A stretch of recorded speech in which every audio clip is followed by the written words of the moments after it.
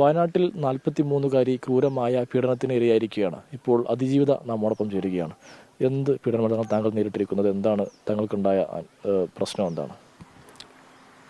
പുളിമൂട് കുന്നിലെ വർഗീസ് എന്ന ഒരാൾ എൻ്റെ മോളെ കല്യാണവുമായി ബന്ധപ്പെട്ട് വീട്ടിലേക്ക് വന്ന് കല്യാണമെല്ലാം നടത്തി. അങ്ങനെ നമ്മൾ പരിചയപ്പെട്ട് നല്ല സുഹൃത്തുക്കളായിരുന്നു. അത് കഴിഞ്ഞിട്ട് കുറേ കാലം നല്ല രീതിയിൽ തന്നെയായിരുന്നു. ഒരിക്കൽ 2023 ഏപ്രിൽ 2 എൻ്റെ ആങ്ങളേൻ്റെ മോളെ കല്യാണം നടന്നു. കുറ്റ്യാടി ആ ഭാഗത്തേക്കാണ് കെട്ടിച്ചു കൊടുത്തത്.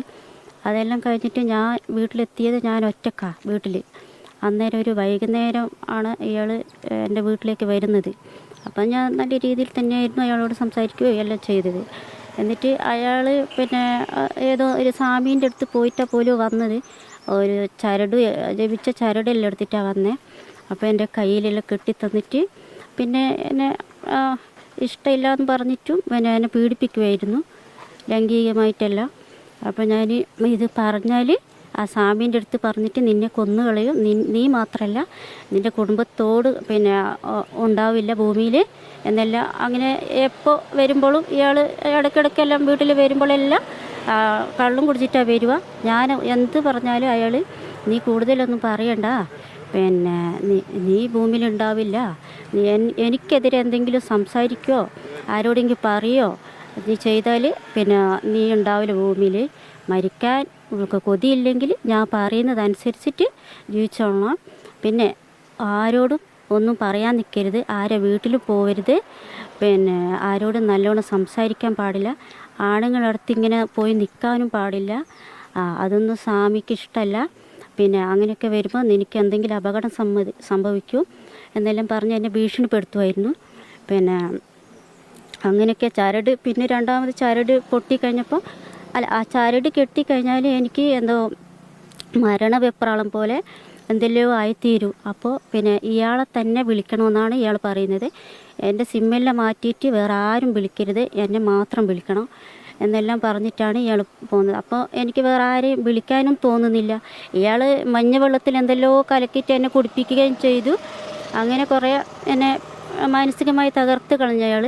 എനിക്ക് പണിക്ക് പോകാനും പറ്റുന്നില്ല. അങ്ങനെയൊക്കെ അവസ്ഥയിലാണ് ഞാനിപ്പോൾ ഉള്ളത്. ഈ ഒരുപാട് തവണ പീഡിപ്പിച്ചോ അതോ ഒരു തവണയാണോ, എങ്ങനെയാണ്? ഇയാൾ ഒരുപാട് തവണ എൻ്റെ വീട്ടിലേക്ക് വരികയൊക്കെ ചെയ്യും, വന്നിട്ട് എല്ലാം ഉണ്ടാവും. ആദ്യമായി ഇയാൾ പീഡിപ്പിക്കുന്നത് എപ്പോഴാണ് എന്ന് ഓർക്കുന്നുണ്ട്?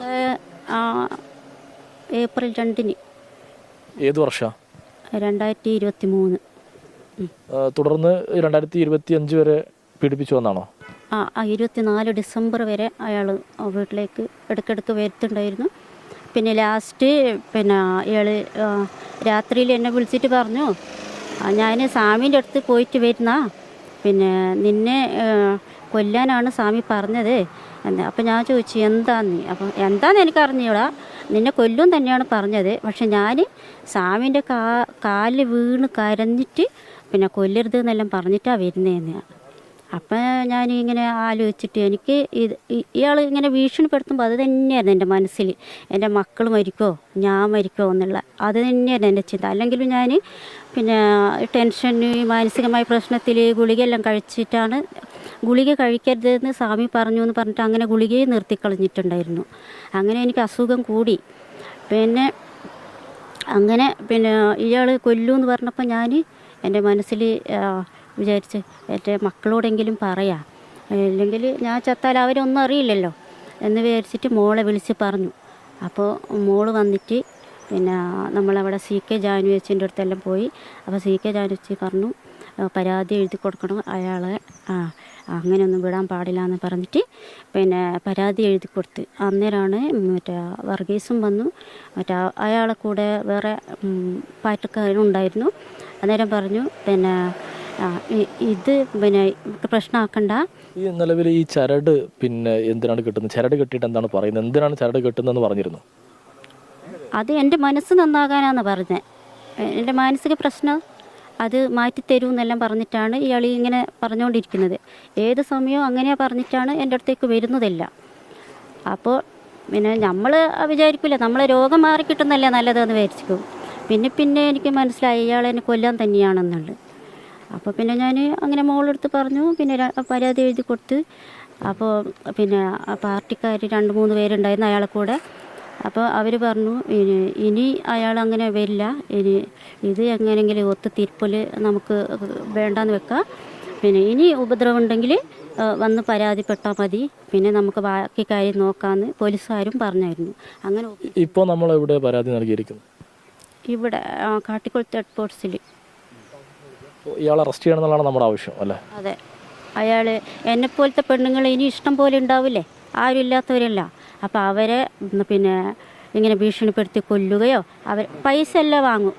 ഇയാൾ വന്നാൽ വണ്ടിക്കൂലി കൊടുക്കണം, പിന്നെ ഇയാൾക്ക് എന്തെങ്കിലും ആവശ്യം വന്നാൽ നമ്മളെടുത്ത് ഉണ്ടെങ്കിൽ 2000, 1000, 3000 ഇങ്ങനെയൊക്കെ ചോദിക്കുമ്പോൾ എല്ലാം കൊടുക്കണം.